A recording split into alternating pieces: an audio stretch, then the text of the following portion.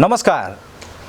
All news नेटवर्कद्वारा सञ्चालित उज्यालो नेटवर्कको यो विशेष संवादमा हार्दिक स्वागत तथा अभिवादन व्यक्त गर्न चाहन्छु। दर्शक श्रोताहरू, हामीले यो कार्यक्रममा समसामयिक विषयवस्तुहरूमाथि, राजनीतिक घटनाक्रमहरूमाथि, समाजको पेरिफेरीमा रहेर निरन्तर विभिन्न व्यक्तित्वहरूसँग छलफल र संवाद गर्दै आइरहेका छौँ। यसै क्रममा आजको बसाइमा मेरो अतिथि हुनुहुन्छ नेकपाका प्रभावशाली नेता एवं पूर्व ऊर्जा राज्य मन्त्री श्रीमान दोङ लालदोस। म धेरै भूमिका नभइकन आजका मेरो अतिथिलाई स्वागत गर्न चाहन्छु। स्वागत छ कार्यक्रममा। यो लकडाउनको समय कसरी बिताइराख्नु भएको छ? आजको बहस यहाँबाट सुरु गर्न चाहन्छु। लकडाउन त देशमा जे चलिरहेछ त्यस्तै गरी बिताइरहेको छु। मतलब आम मानिसहरू जस्तै? एकदम। तपाईँको सरकारले यो लकडाउन थपेको थपै छ। यो कोरोनाबाट बच्नका लागि एउटै विकल्प भनेको लकडाउन मात्र हो? अब विकल्प लकडाउन मात्रै त थिएन, तर परिस्थिति जान्ने आज चाहिँ कोरोनाबाट बच्नको लागि लकडाउन नै प्राथमिकतामा पर्यो। योबाट लकडाउन पूर्ण पालना गर्नको लागि सेना परिचालन गर्ने पनि निर्णय गरेको छ। यो सेना परिचालनको कुरा कहाँबाट निस्क्यो? यो लकडाउनको लागि मात्र हो कि यहाँ अरू कुनै रहस्यमय कुराहरू छ? अब मलाई त्यो भित्रै रहस्यसहितको चाहिँ सेना परिचालन गरेको रहेछ भने म जान्दिनँ। अब त्यो भोलिको चाहिँ घटनाक्रमहरूले पुष्टि गर्ने कुरा भयो। तर अहिलेको कोरोना चाहिँ स्वास्थ्यसँग सम्बन्धित विषय हो, जीवनसँग सम्बन्धित विषय हो। अब त्यो स्वास्थ्यको चाहिँ तपाईँका चाहिँ थर्मिटर र तपाईँको चाहिँ यो प्रेसर ऊहरू जाँच्ने तपाईँको चाहिँ औषधिको ट्याब्लेट र इन्जेक्सनको आवश्यकता हुने बेलामा बन्दुक परिचालन गरेर कति सत्यता हुन्छ म चाहिँ जान्दिनँ। मतलब सेना परिचालन गरेर सरकारले अलिकति गल्ती गरेको भन्ने कुरा हो तपाईँको? गल्ती गरेको परिचालन गरिहालेको छैन, सुन्नमा आइरहेको छ। अब त्यो चाहिँ तपाईँको चाहिँ हरेक विषयवस्तुहरू चाहिँ इन्जिनियरलाई तपाईँका चाहिँ के अरे बिरामी उपचार गरा भने हुन्छ के? सेना सिमानाको आवश्यकता हो। सेना देशमा ठुलो अर्को योभन्दा ठुलो सङ्कट आउने बेलाको निम्ति आवश्यकता हो। सेना देशका चाहिँ अन्य विषयवस्तुहरू सङ्कटहरूको चाहिँ मोचन गर्ने, सङ्कटहरूलाई चाहिँ मध्यनजर गर्ने, त्यसको निम्ति सेना हो। तर स्वास्थ्य देश अहिलेको चाहिँ घटनाक्रम चाहिँ स्वास्थ्यसँग सम्बन्धित छ अनि त्यसको चाहिँ त्यसलाई चाहिँ नियन्त्रण गर्नको लागि सेना परिचालन गर्ने भन्ने कुरा चाहिँ यो म अब 50 को सेरोफेरोमा पुग्यो, म अझै 15 वर्षमा छु भने जस्तो भइहाल्यो। त्यो त हामीले पनि नबुझेको कुरा के कोरोनाको लागि लकडाउनको कुरा जनताले पूर्ण रूपमा पालन गरिरहेको अवस्थामा पनि सरकारले अचानक यो सेना परिचालन सरकारको त्यो कुरा चाहिँ मैले भन्यो भने मेरो व्यक्तिगत धारणा भन्ने हो भने त्यो व्यवस्थापनमा मान्छेको त्यो हेर्ने जुन दृष्टिकोण छन्, दूरदर्शिताको जो अभावमा, त्यो कमीमा भएका चाहिँ अभिव्यक्ति हो भन्ने लाग्छ मलाई। मतलब कुरा एउटा उद्देश्य अर्कै पनि हुनसक्छ नि त। त्यो बजेटमा एमसिसी चाहिँ छिराइसकेको अवस्था छ। अब त्यो त झन् गम्भीर खालको भइहाल्यो नि। त्यो एकदम सैद्धान्तिक र तपाईँले ठिक समयमा उठाउनु भयो। सैद्धान्तिक र वैचारिक हिसाबले व्यावहारिक दृष्टिकोणले पनि चाहिँ यो कुरा हो भने त झन् गम्भीर भइहाल्यो। एमसिसी प्रतिको तपाईँको व्यक्तिगत धारणा चाहिँ के हो? मेरो व्यक्तिगत धारणा होइन, पार्टीको धारणा हो नि त। पार्टी नेकपाले किनभने तपाईँको पार्टीभित्र त फरक छ नि त। होइन, फरक छ, तर फरक चाहिँ म फरक हुने भइहाल्यो। मैले कुराकानी गर्दा तपाईँको पार्टीकै सोध्न चाहे त पार्टीको धारणा चाहिँ के हो? पार्टी त अहिले चाहिँ पार्टीको अस्ति सचिवालयको बैठकले संसदीय दलको चाहिँ मिटिङमा जाने, संसदीय दलको मिटिङले यो विषयमा छलफल गर्ने भनेर भनिसक्यो नि त। पार्टीको धारणा यो हो। तर व्यक्तिगत रूपमा कुराकानी गर्ने हो भने एमसिसी व्यावहारिक हिसाबले पनि, राजनीतिक हिसाबले पनि, आर्थिक हिसाबले पनि र राष्ट्रियताका दृष्टिकोणले पनि एमसिसी अहिले पास गर्नु हुँदैन। एमसिसीको कुन बुदामाथि तपाईँको फरकमा त? मेरो अहिलेको जुन खालको एमसिसीको चाहिँ नेपाल एउटा सर्वसत्ता सम्पन्न देश नेपाल हो। देश छुट्टै देश हो यो। अमेरिकाको एउटा खालको चाहिँ एउटा इकाइ हो नि, यो कम्पनी होइन। यो स्वाभिमान छ, यसको आफ्नो सुशासन छ, आफ्नो विधान छ, आफ्नो कानुन छ, व्यवस्था छ। आज व्यवस्था सङ्घीय लोकतान्त्रिक गणतन्त्र छ, त्यसलाई नेतृत्व गर्ने संविधान छ।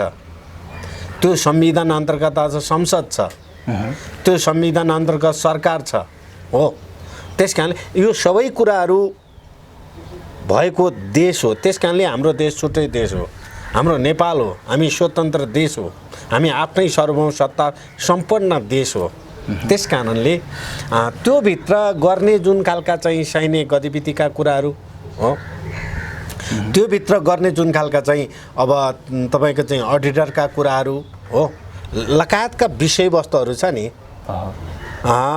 त्यो एमसिसी परियोजनालाई दिने सुरक्षाको नामबाट अमेरिकी सेना हो, मिलेनियम जो च्यालेन्ज जो खालको चाहिँ कोअपरेसनको जो कुराहरू उठिरहेको छ, व्यापार हो यो, फौजी व्यापार हो, ताकि अब हाम्रो नेपालमा भएको जुन खालका चाहिँ महत्त्वपूर्ण जो खालका चाहिँ वस्तुहरू चाहिँ लाने र त्यसका सुरक्षा त्यहाँ चाहिँ आफ्नो हस्तक्षेप कायम गर्ने उद्देश्यसहित आएको। त्यस कारणले इन्डो पेसिफिक अन्तर्गतको एउटा रणनीति हो भने यो रणनीति हो। यो रणनीति चाहिँ नेपालमा सिधै कार्यान्वयन गर्ने त्यो वातावरण हुनु हुँदैन, त्यो बन्नु हुँदैन। तपाईँको पासै हुनु हुँदैन भनेपछि हो कि या संशोधन के बुँदाहरू होइन, यो विषयवस्तुहरू बाहेकका अरू मुलुकहरूले दिएका छन् त, दिएका सहयोगहरू लगानीका कुराहरू छन्। चाइनाको कयौँ लगानी छ, अब तपाईँका चाहिँ इन्डियाको लगानी होला, अरू मुलुकको लगानी होला। तपाईँ थुप्रै खालका त्यस्ता खालका निस्वार्थ आउने सहयोगहरू, लगानीहरू, आयोजनाहरूको सन्दर्भमा मेरो विमति छैन। यो सच्चाइ छ हो। यो तपाईँका चाहिँ खास गरी यो अमेरिका र चाइनाको बिचको विश्व व्यापारलाई आफ्नो मतहतमा कसले ल्याउने भन्ने सन्दर्भसँग जोडेको विषयवस्तुहरू भएको कारणले यो चाहिँ यसले नेपालमा आफ्नो जो खालका रणनीतिक रूपमा आफ्नो सैन्य अड्डा खडा गर्ने र अरू ठाउँहरूलाई धम्क्याउने जुन खालका स्थलको रूपमा प्रयोग गर्नको लागि गरिएको जुन खालका चाहिँ त्यो शर्तहरू छ, त्यो शर्तमा चाहिँ हाम्रो देश, हाम्रो सरकार, हाम्रो पार्टी सहमत हुन सक्दैन, म त झन् हुनै सक्दैन। यी यावत एमसिसी राष्ट्रघाती कुरा, यहाँ यो भित्रको विभिन्न बुँदाहरू पनि हामीले चाहिँ अलिकति नेपाललाई घाटी हुने हिसाबले भविष्यमा चाहिँ हामीलाई असर हुने कुराहरू देखिन्छ। यो कुराहरू तपाईँको नेताहरूले नबुझेको हो त? तपाईँको पार्टीको शीर्ष नेताले त झन् मैले भन्दा बढी बुझेको छ नि। तर बुझ्दै पनि यो गर्नुको पछाडि के अलिकति के दबाब छ कि हो? वैदेशिक सबै नेता छैन, सबैले त्यो भने आएन। तर सबैले भने भए भीम रावलहरू किन उफ्रिनु, जनार्दनहरू किन उफ्रिनु, देवगुरुङहरू किन उफ्रिनु हो, तपाईँका चाहिँ हरिबोल गजुरेलहरू किन उफ्रिनु हो। अनि प्रचण्डले चाहिँ बैठकको सचिवालयकै बैठकमा चाहिँ यो निर्णय यो हो, यो बिना छलफल, यो चाहिँ एउटा खालको संशोधन बिनाको चाहिँ अहिले चाहिँ यो चाहिँ पास हुन सक्दैन भने प्रचण्डले किन भन्यो त? जलनाथ कनाल, माधव नेपाल सबै लिडरसिपहरू एकै ठाउँमा केन्द्रीकृत भएर यो चाहिँ कार्यान्वयन गर्ने, त्यो कार्यान्वयन त्यो विषयमा हाम्रो प्रधानमन्त्री पनि सहमत छ। एउटा मैले नबुझेको कुरा कि जस्तै प्रदेश नामाकरण र राजधानी तोक्ने विषयमा तपाईँको पार्टीले हुइबै जारी गर्न सक्ने, तर यो एमसिसी यो राष्ट्रघाती कदम हो भनेर थाहा हुँदै पनि आफ्नो संसदहरूलाई यसको विपक्षमा मतदान गर्नुपर्छ भनेर हुइप जारी गर्न नसक्नुको कुरा चाहिँ यो संसदमा लानु भनेको या त पास गराउनु हो, किनभने होइन अहिले त्यही भएर रोकिएको छ नि त, हुइपै हो नि। यो रोकेको नेकपाले हो र भनेको? नेकपाले रोकेको हो नि त, कसले रोक्यो? नेकपाको केही शक्ति त कसैले पनि पास गराउनु पक्षमा छ नि। केही शक्ति भन्ने कुरा त अलगै कुरो हो नि त। मेरो घरमा थुप्रै मेरो आफ्नो छोराछोरी छ, कुनै छोराछोरीले केही खाने भन्छ, अरू छोराछोरीले केही खाने भन्छ, तर पार्टीको फुल दृष्टिकोण, पार्टीको फुल लाइन हेर्नु पऱ्यो क्या तपाईँले। त्यस कारणले यो अहिलेको पार्टीको जो समग्र विषयवस्तुहरूप्रति हाम्रो पार्टीका पार्टीका अध्यक्ष लगायतका अहिलेका प्रधानमन्त्रीसम्म के हो भने पार्टीको निर्णय तपाईँको पार्टीको मान्नुपर्छ। सचिवालयले त निर्णय गरिसकेको छ यो त अब यो संसदको काम हो भनेर। संसदको काम हो। त्यही संसदमा चाहिँ को छ त भन्दा संसदमा को छ त उही प्रचण्ड न छ, पार्टी अध्यक्ष न छ। यो त संसदमा गइसकेपछि त पास हुने त प्रश्न देखिन्छ पास नि। हुँदैन। किनभने कसरी के हुन्छ? पूर्व संसदमा लाने भने होइन, पहिला दलको चाहिँ बैठकमा छलफल गर्ने भने हो। दलको बैठकमा त दलको छलफल भइसकेको छ। बैठकमा छलफल भएको छैन। सचिवालयमा त एउटा निर्णय सचिवालयमा निर्णय गरेर त्यहाँ जाने, दलको बैठकमा जाने, दलको बैठक गरेर छलफल गर्ने। त्यो छलफलले दलको बैठक भनेको त सर्वदलीय बैठक हो होइन, हाम्रो नेकपाको मात्रै। नेकपाको बैठकले त सचिवालयबाट भर्खरै निर्णय गरिसकेको छ। नेकपाले चाहिँ त यो निर्णय गरे संसदमा लाने भन्यो। नेकपाको टिकट लिएर नेकपाको तर्फबाट निर्वाचित संसदहरू छ नि त। त्यो चाहिँ संसदीय दल छ, नेकपाको संसदीय दल छ। पार्टी र संसदीय दल अलि फरक विषय हो। संसदीय दल राजनीतिक मोर्चा हो, त्यो सरकारको मोर्चा हो त्यो। अनि तपाईँ नेकपा भनेको चाहिँ तपाईँ राजनीतिक दल हो, पार्टी हो, त्यो सङ्गठन हो, त्यो विचार हो, त्यो दृष्टिकोण हो। त्यस कारणले त्यो दृष्टिकोण चाहिँ त्यहाँ कहाँ गयो त भन्दा संसदीय दलमा गएर छलफल गर्नौँ।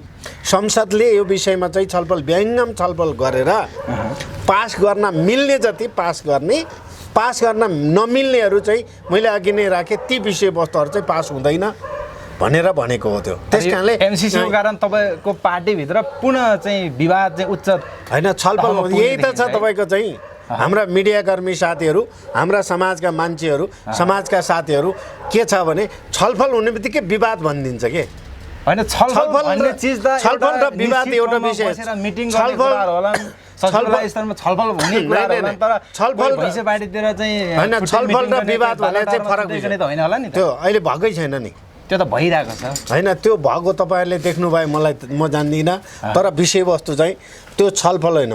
कयौँ मान्छे 1-to-1 छलफल पनि हुनसक्छ, सामूहिक रूपमा पनि छलफल हुनसक्छ। अनि तपाईँ र मेरो बिचमा आज छलफल भएको छ, त्यो छलफल भएकै छ।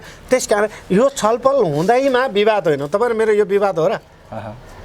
मतलब 1-to-1 एउटै बैठकमा बसेर 1-to-1 छलफल गर्छ भने त्यो होइन, त्यो छलफल होइन, त्यो एउटा स्तरीय चाहिँ छुटछुटै भेलालाई त अब तपाईँ प्रचण्डको कहाँ गुट हुन्छ त?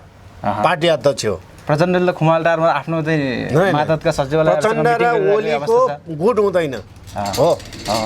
उहाँहरू एउटा प्रधानमन्त्री हो, एउटा पार्टीको अध्यक्ष हो। त्यो छुट्टै छुट्टै भेलालाई चाहिँ तपाईँले पार्टी अध्यक्षले पार्टीका चाहिँ कयौँ कामहरूलाई व्यवस्थापन गर्नको निम्ति तपाईँलाई पनि बोलाउन सक्छ त।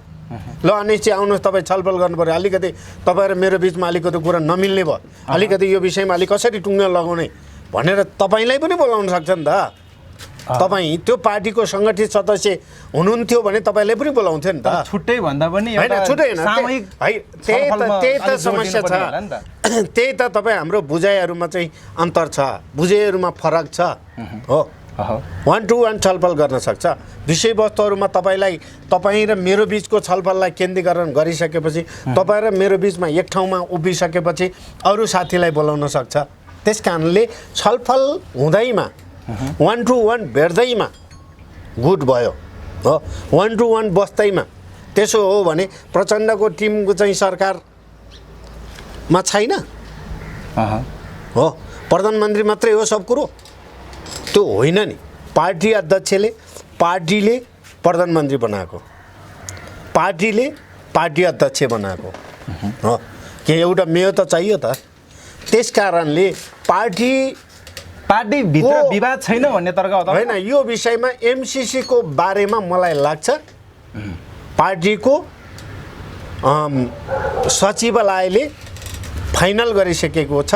यो चाहिँ अहिले पास गर्दाखेरि के गर्ने भन्दा राष्ट्रको हित बाहेकका अहित हुने बुँदाहरूलाई संशोधन गरेर मात्रै पास गर्ने भनेर टुङ्गो लगाइसकेको छ। तपाईँको पार्टी अध्यक्ष श्रद्धेय केपी शर्मा ओलीले त प्रधानमन्त्री हो, प्रधानमन्त्रीले त केही गरी पार्टीभित्र कुरो मिलेन भने संसदबाट भयो भने जसरी पनि पास गर्ने कुरा उहाँको अब तपाईँ सम्बोधनको क्रममा पनि प्रश्न देखिन्छ नि। त्यसो गर्दाखेरि उहाँको अहिलेको मैले स्वतन्त्र भएर भन्नुपर्छ, अहिले अस्ति भर्खरै इन्डियाको लिपुलेख र तपाईँको चाहिँ कालापानीको जो नक्सा सार्वजनिक गरेको छ, त्यो नक्सा सार्वजनिक गर्ने कुरा यदि यो पास गरेर त्यो सार्वजनिक गर्ने कुरो त अर्थहीन बनाउन त प्रधानमन्त्री पनि जान्दैन होला नि त। नक्सा सम्बन्धीको बहसमा फेरि आउने होइन त्यही मेरो कुरा। त्यस कारणले एमसिसीकै कुराकानी गर्दा तपाईँ त्यो पास गरेको अर्थ राख्दैन।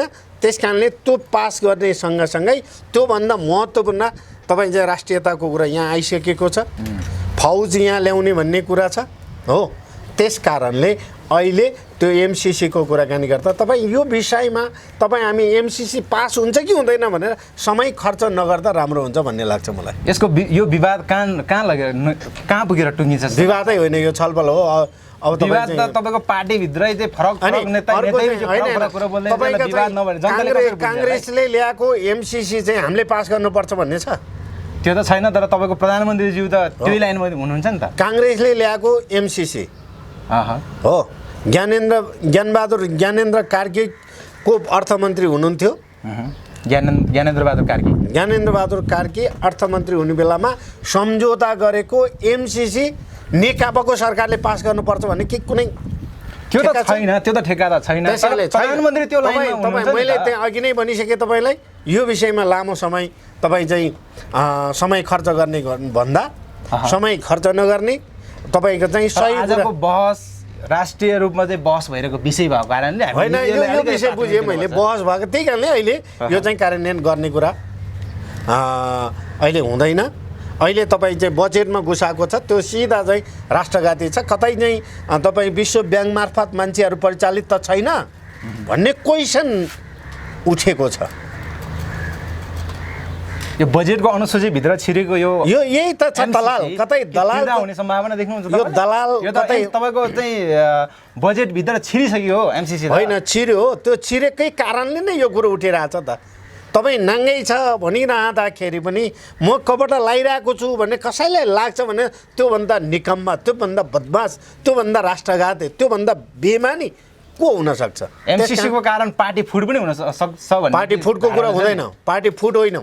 हिजो महाकालीको बेला त होइन, महाकाली कुरा त अलग्गै कुरो। अहिले पार्टी फुट्दैनौँ, कसैले कामना गरेर ग्यारेन्टी त दिन सक्ने अवस्था छैन। ग्यारेन्टी त्यो होइन। अहिले यो विषयमा पार्टी फुट्दैन,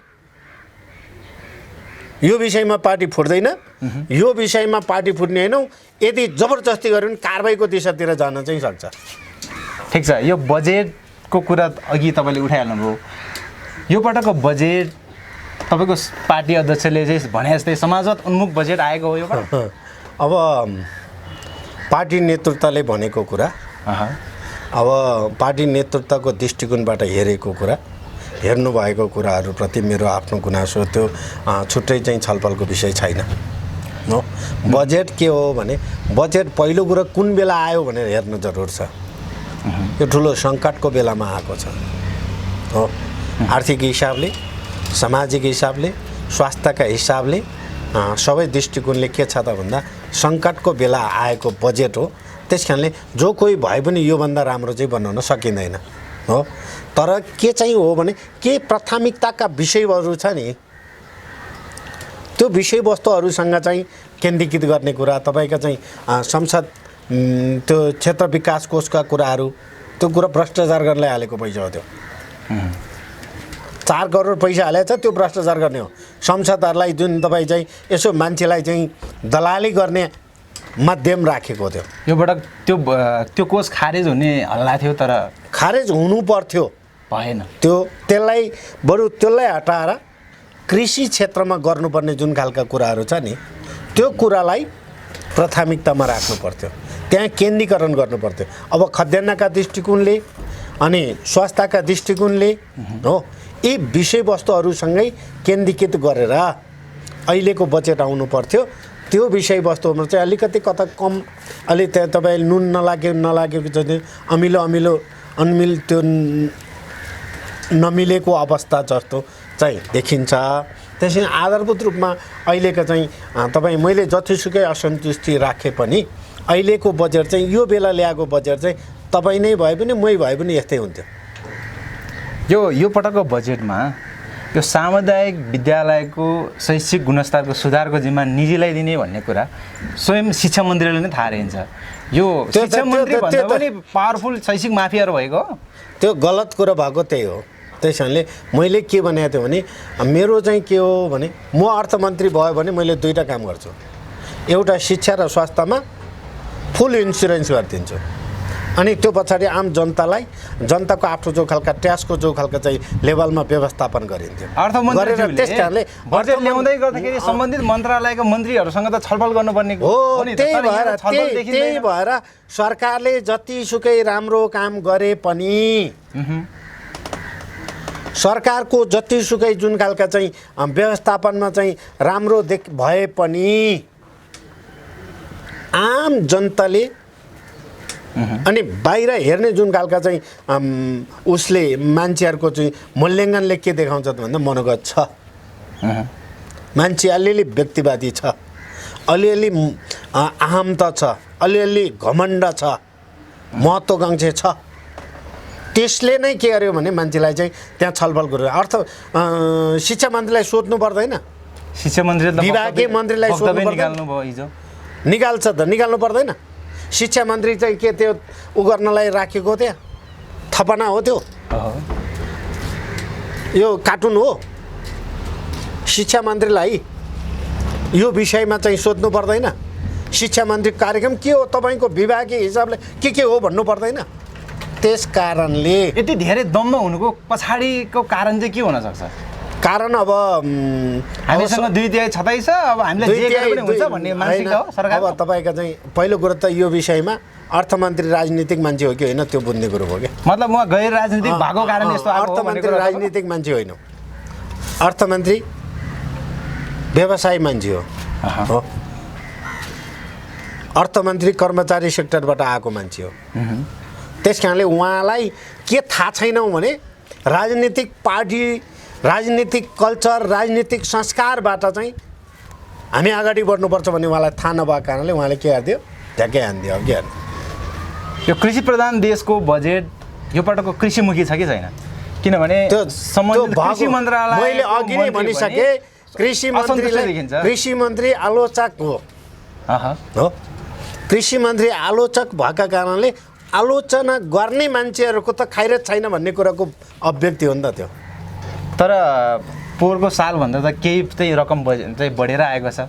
बजेट होला त्यो मैले अघि नै भने नि, अहिले यति बेला आउने कुराहरू समग्रमा हेर्दा यो विषय हो। तर त्यसका अंशमा गएर केन्द्रीकृत गरेर हेर्दा चाहिँ जहाँ पर्नु पर्थ्यो, जे हुनु पर्थ्यो त्यो चाहिँ कम भयो भन्ने हो क्या मेरो कुरा। यो मन्त्रीहरू समेत सन्तुष्टि हुन नसकेको या आम कार्यकर्ताले समेत आलोचना गरेको यो बजेट कारणको पक्ष तपाईँले कतिको चाहिँ देख्नु भएको छ? यो सम्भावना कतिको छ? पारदर्शिता कतिको हुने सम्भावना छ? पारदर्शिता चाहिँ मान्छेको दृष्टिकोणमा चेन्ज नहुने हो भने, भ्रष्टाचारको चाहिँ चङ्गुलमा, भ्रष्टाचारीहरूको घेरामा हो। तपाईँका चाहिँ कतिवटा अनुसन्धान गर्यो, कतिवटा छानबिन गर्यो अहिले हाम्रो सरकारले, कतिवटामा छानबिन गर्यो। तपाईँ गोकर्णको छानबिन गर्यो, अहिले पछि त्यो मेडिकल माफियाहरूको छानबिन गर्यो। तपाईँकै मिडिया होइन, हाम्रै तपाईँकै चाहिँ तपाईँको के अरे रवि लामिछानेहरूले त्यो अस्तिनाको त्यो मेडिकल माफियाहरूलाई के भन्यो? त्यही कारणले तपाईँको मिडियामा पनि वर्गीय छ, तपाईँको मिडियामा पनि दलालहरूको। सबै मिडिया होइन होला, सबै त भने होइन, सबैलाई भने होइन, निश्चित जो खालका इकाइहरू त्यहाँ मार्फत चलिन्छ। मैले भने मैले त्यही कारणले भने नि, सरकारको काम कार्यको कुराकानी गऱ्यौँ भने कतिवटा चाहिँ गलत कार्यहरूको चाहिँ छानबिन भयो त हो। छानबिन नहुनुको कारण नहुनुको पछाडिपट्टि चाहिँ के हो त? त्यसका प्रभावहरू यहाँ छैन भन्दा तपाईँले अघि सोध्नु भएको सामुदायिक विद्यालयलाई व्यवस्थापन गर्ने, निजीलाई जिम्मा लाउने भनेकै नै त्यसको पछाडिपट्टि केले काम गरिरहेको छ भन्ने कुरा चाहिँ तपाईँहरूले बुझ्ने कुरो हो कि मैले भन्नुपर्छ भन्ने मलाई लाग्दैन।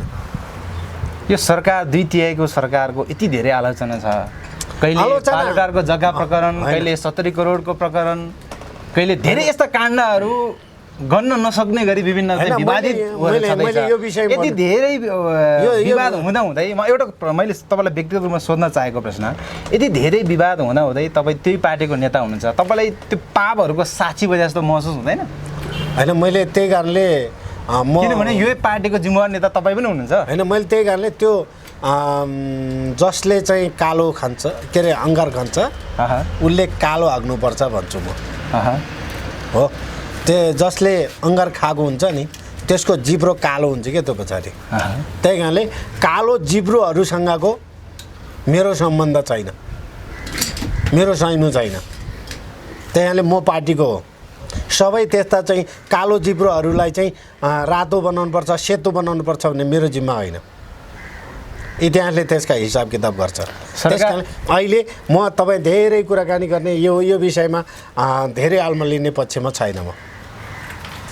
सरकारले यही विषयमा म थोरै जोड्न चाहन्छु। सरकारले यो भ्रष्टाचार शून्य सहनशीलता भनेर नारै चाहिँ ल्याएको अवस्था छ, तर सरकारले चाहिँ जुन चाहिँ केसहरू आएको छ, विभिन्न काण्डहरू खासै यो छानबिन गरेको देखिँदैन। यो आफ्नो मान्छे तपाईँले भन्नै परेन नि, तपाईँले भन्नै परेन। यो विषयमा देखेन भने मैले भनिसकेका कि नै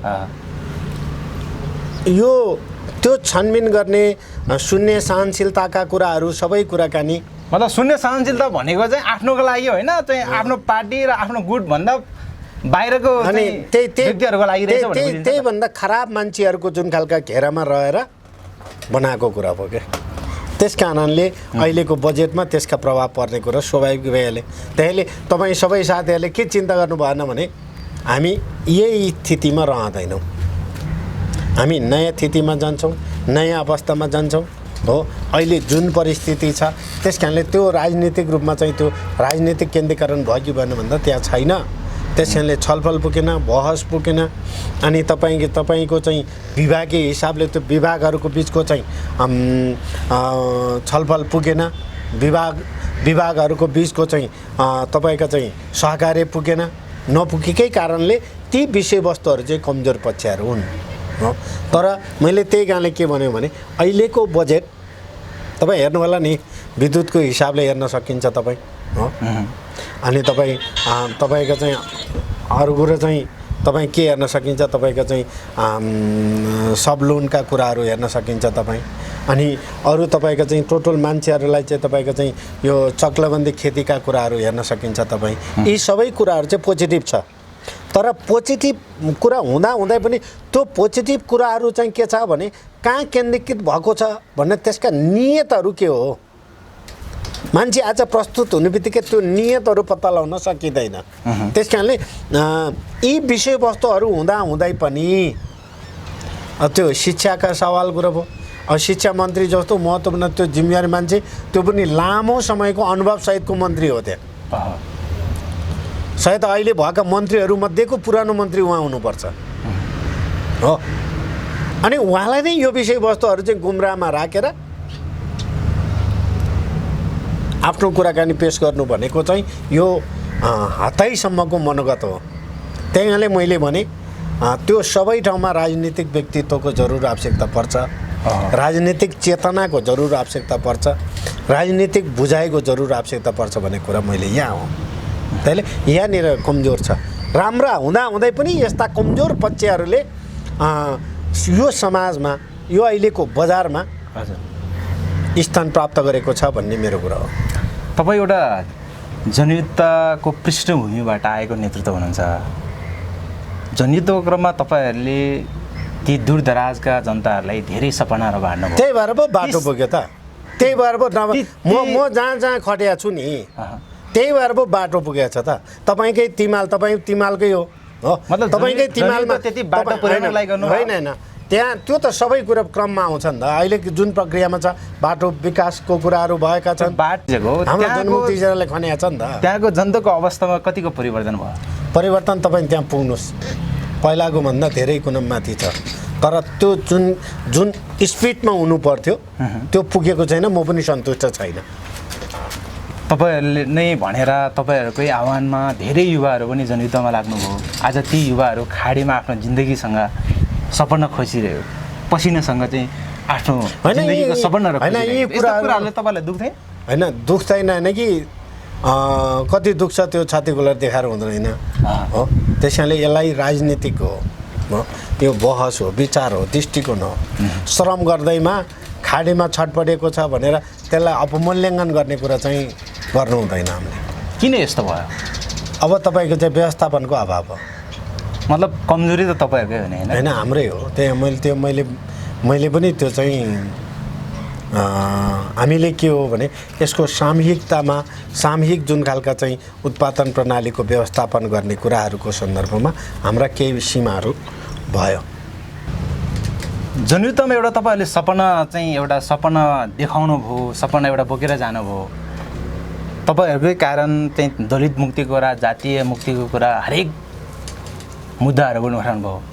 तर ती मुद्दाहरू हिजोको दिनमा उठाउँदै गर्दा तपाईँकै पार्टीको नेतृत्वमा सरकार छ, आज पनि ती दलितहरू चाहिँ उपल्लो तहका तल्लो जातकै कारण मर्नुपर्ने अवस्था छ। तपाईँकै पार्टीको नेतृत्वहरू ती दलितले मार्ने अपराधीहरूले बचाउमा लागेको देखिन्छ। यसको पहिलो कुरो के बुझ्नु पर्यो भने अहिलेसम्म हामीले जे चिज उपलब्ध गरेका छौँ त्यो राजनीतिक रूपमा गरेका छौँ। त्यो राजनीतिक रूपमा अब तपाईँको चाहिँ हिजो राजतन्त्र थियो, त्यहाँ गणतन्त्र आयो हो। तर जनताले राजतन्त्र र गणतन्त्रमा यो त्यही त कुरा महसुस गर्न त पाएन। कुरा राख्न पाऊँ मलाई।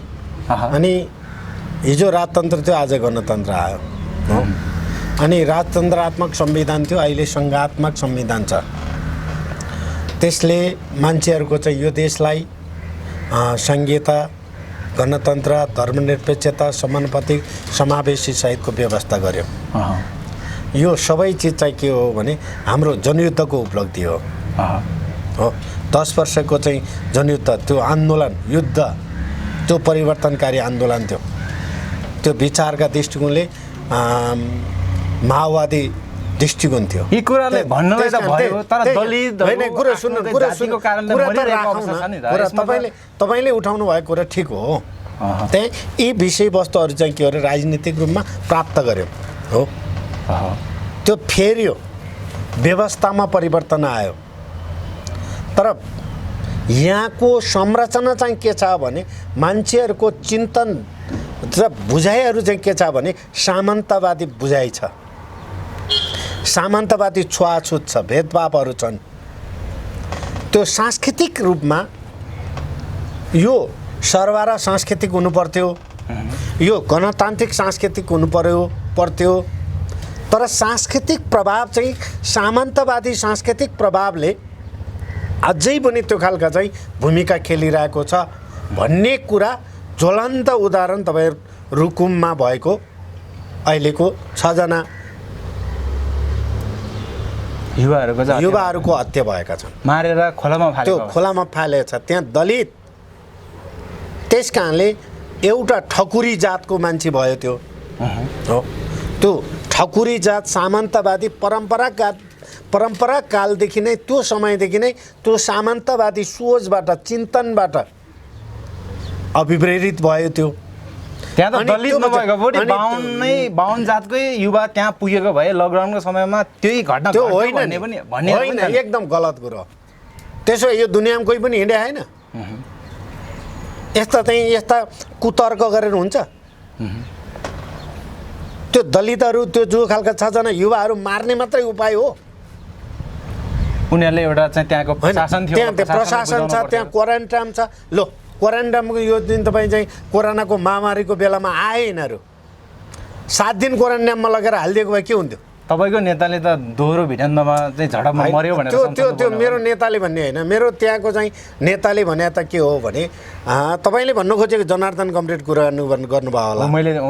जनार्दन होइन, उहाँले भनेको के हो भने अब उहाँले चाहिँ अपराधीहरूलाई बचाउन खोजेको जस्तो पनि देखिन्छ। होइन, त्यो आरोप पनि छ उहाँलाई। उहाँ जतिको मान्छेलाई त्यस्तो आरोप लगाएर उहाँलाई जुन ढङ्गले फसाउने भने उहाँलाई हेर्ने मान्छेहरूको जुन खालका नजर छ नि, उहाँको पछाडि वरिपरि को मान्छे लागिरहेको छ भन्ने कुराको मतलब दृष्टिकोणमा कमजोरी भन्नु, दृष्टिकोण कमजोर हो उहाँको कुरो होइन।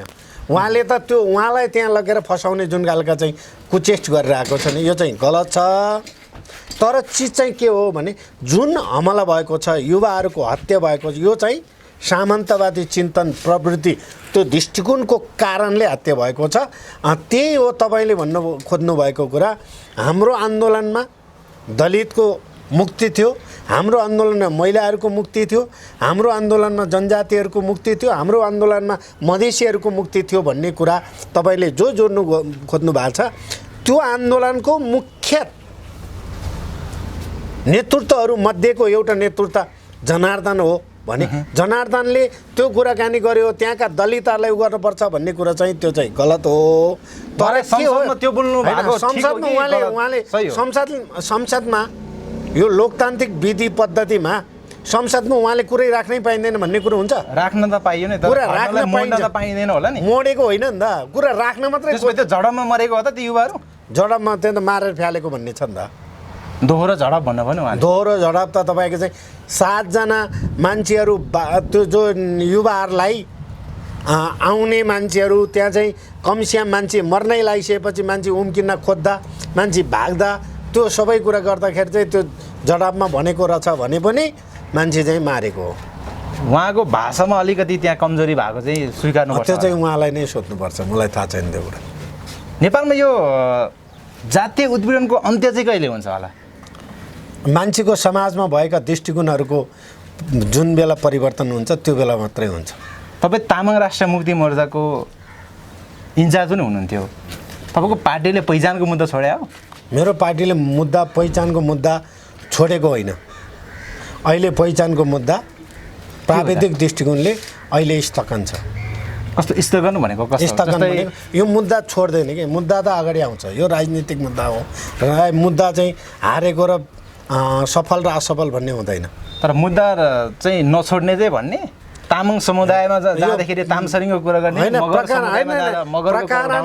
तर संविधानमा लेख्नुपर्ने कुरा जुन व्यवहारमा देखाउने संविधानमा संहिताको कुरा छ, संविधानमा समानुपातिकको कुरा छ, संविधानमा समावेशीको कुरा छ भने अब त्यो पहिचानको मुद्दाको कुराकानी गर्दा पहिचानको बारेमा अब एउटा इतिहासको एउटा कालखण्डमा यसको चाहिँ परिवर्तन हुन्छ, आउँछ हो।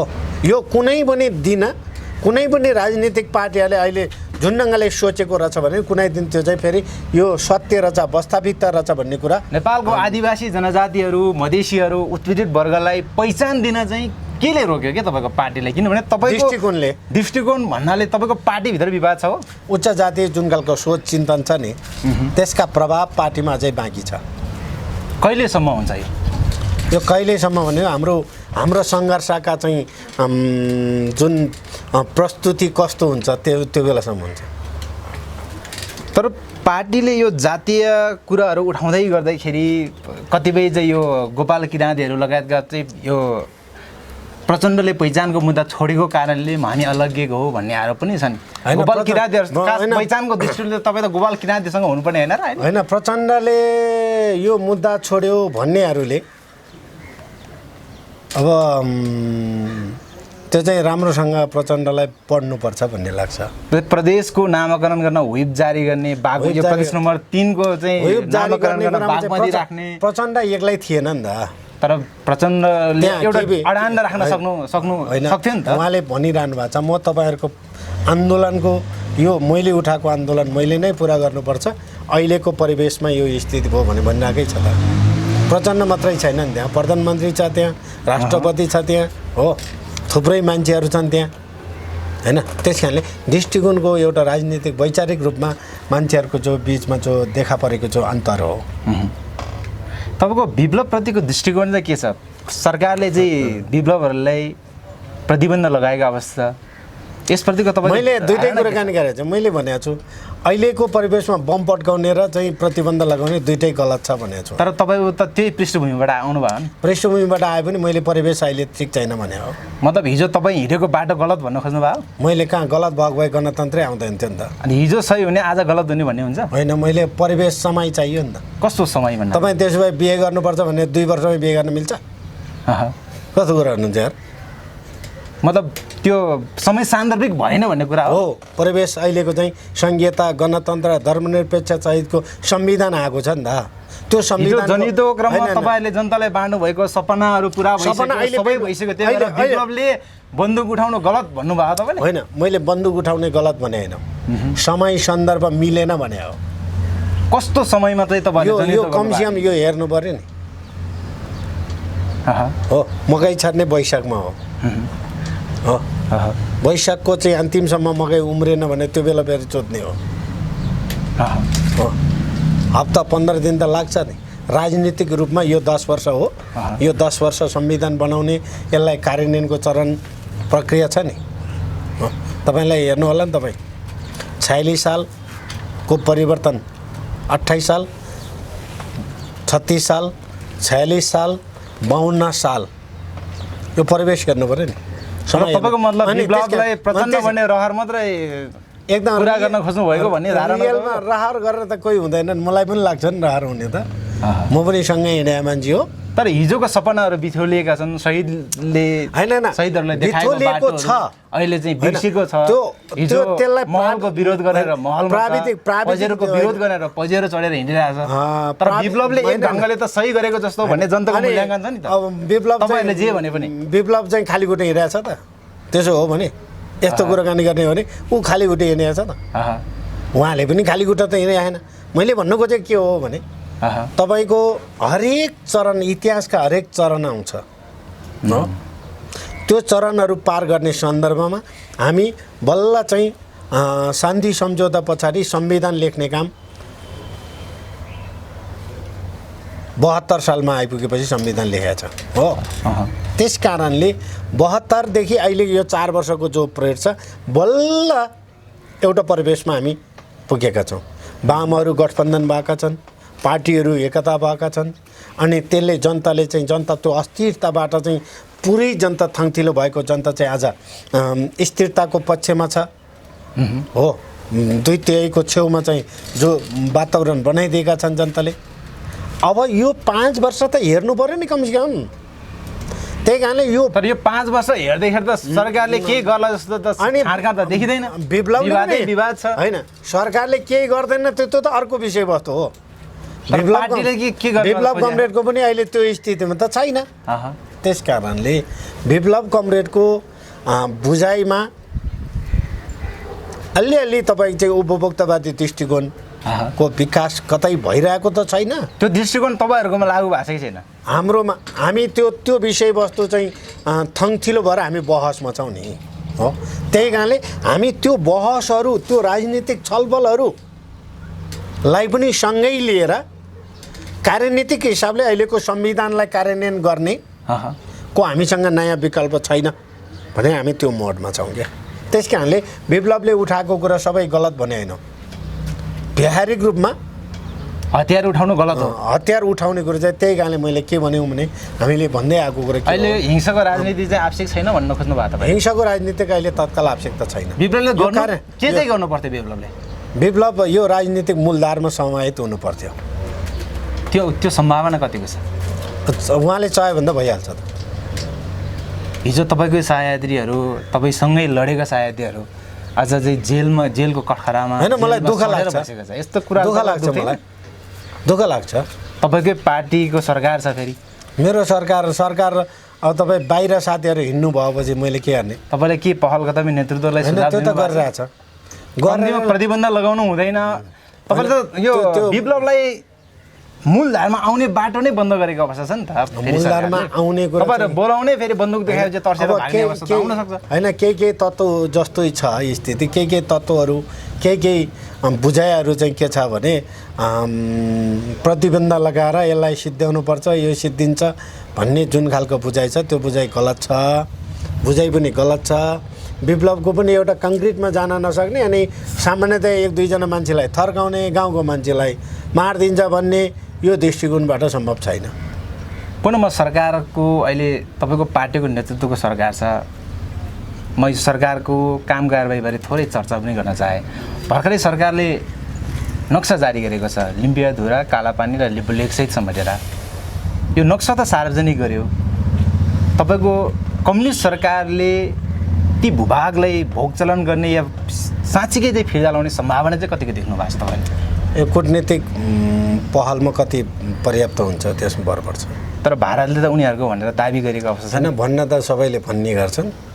हाम्रो 2012-13 सालदेखि त्यो बेलाको चाहिँ नक्सालाई फर्केर हेऱ्यो भने त्यो नक्साबाट पुष्टि हुन्छ यो लिपुलेख तपाईँ चाहिँ अर्थात् पूर्व कालाबानी पूर्व त्यो चाहिँ नेपालको भूभाग हो भन्ने कुरा इतिहास साक्षी छ, इतिहास प्रष्ट छ।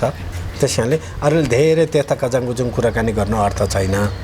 बरु हाम्रा साथीहरूको राष्ट्रवादित्व, हाम्रा साथीहरूको बुझाइमा के आउँछ यसमा भर पर्छ।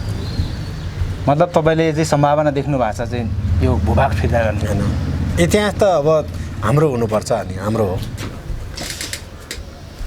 जस्तै भारतले चाहिँ पटक पटक हामीलाई यसरी चाहिँ त्यही भएर अतिक्रमण गर्नुको पछाडिको कारण चाहिँ हामी उनीहरूसँग चाहिँ परनिर्भर भएको कारणले हो। हामी आत्मनिर्भर नहुन हाम्रा होइन, परनिर्भर होइन, राष्ट्र चाहिँ सानो र ठुलो कुरो हुँदैन, धनी र गरिब। मैले सानोको ठुलो कुरो गरेँ, हामी त तर परनिर्भर छौँ नि त। हामी परनिर्भर हुने चाहिँ हाम्रा बुझाइहरू छ नि, हामी बुझाइहरू हाम्रो देशमा गुन्द्रुक समेत विदेशबाट आउँछन्। तपाईँ अस्ति संसदमा हेर्नु भएन? तपाईँले संसदमा चाहिँ सूचीबाट हटाएको तपाईँले देख्नु भएन?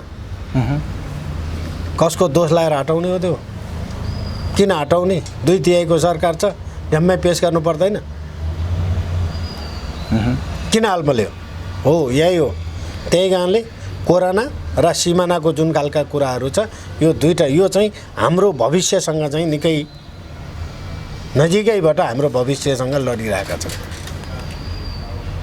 हाम्रा अहिलेको त्यो खालका चाहिँ परिस्थिति चाहिँ त्यस्तो खतरा छ, जोखिमपूर्ण छ।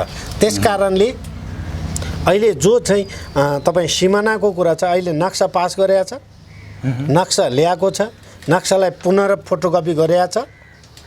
यो फोटोकपी नक्सा जो पास भएको छ त्यो चाहिँ संसदले संविधानको अङ्ग बन्नुपर्छ। यो एउटा राजनीतिक हिसाबले, यहाँका प्राविधिक हिसाबले हामी यो काम गर्छौँ।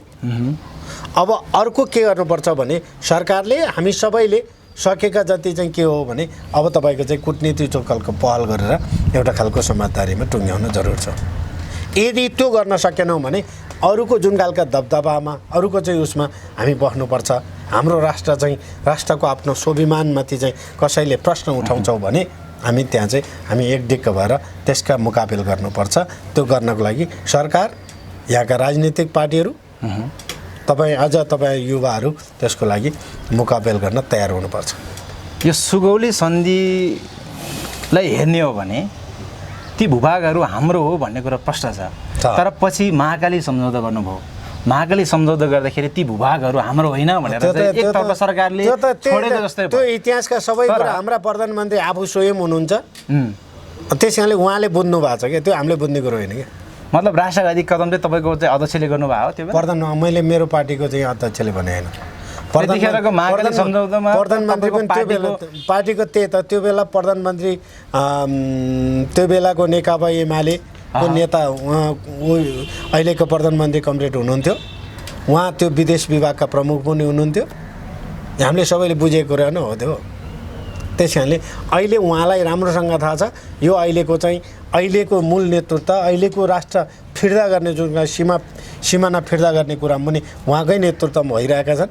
त्यस कारणले यो सबै अहिलेसम्म जुन खालका अभिव्यक्तहरू हामीले गऱ्यौँ, अभिव्यक्तहरूभन्दा महत्त्वपूर्ण कुरो चाहिँ राजनीतिक हिसाबले भनेपछि यस्तो भन्न मिल्छ, हिजो देश बेच्दा पनि राष्ट्रवादी, आज नक्सा सार्वजनिक गर्दा पनि राष्ट्रवादी भनेर जनता समाजवादी पार्टीको बेचे भने नेता राजेन्द्र महतोले भन्नुभएको थियो। यो भनाइसँग तपाईँ सहमत हुनुहुन्छ? होइन, राजेन्द्र महतो हिजो महाकाली सम्झौता गरेर राष्ट्रवादी हो, आज चाहिँ नक्सा सार्वजनिक गर्दा पनि उहाँहरू चाहिँ राष्ट्रवादी। त्यो महाकाली सम्झौता गरेकै कारणले पार्टी फुट्यो त, कारबाही परेन उहाँ।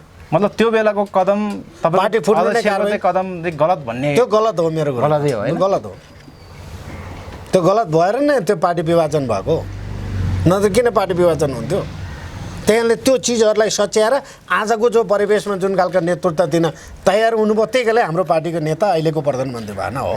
हस्, समय र संवादको लागि धन्यवाद। धन्यवाद हजुर। दर्शक श्रोताहरू, हामीसँग हुन्थ्यो नेकपाका प्रभावशाली नेता सूर्यमान दोङ लालदोज उहाँ पूर्व ऊर्जा राज्य मन्त्री हुनुहुन्छ। आजको बहस कस्तो लाग्यो प्रतिक्रिया दिन नबिर्सिनु होला। भोलि पुनः नयाँ अतिथि र नयाँ बहसका साथ उपस्थित हुने बाचाका सहित म लगायत उज्यालो नेटवर्कको युनिट बिदा जान्छु। हस्त नमस्ते।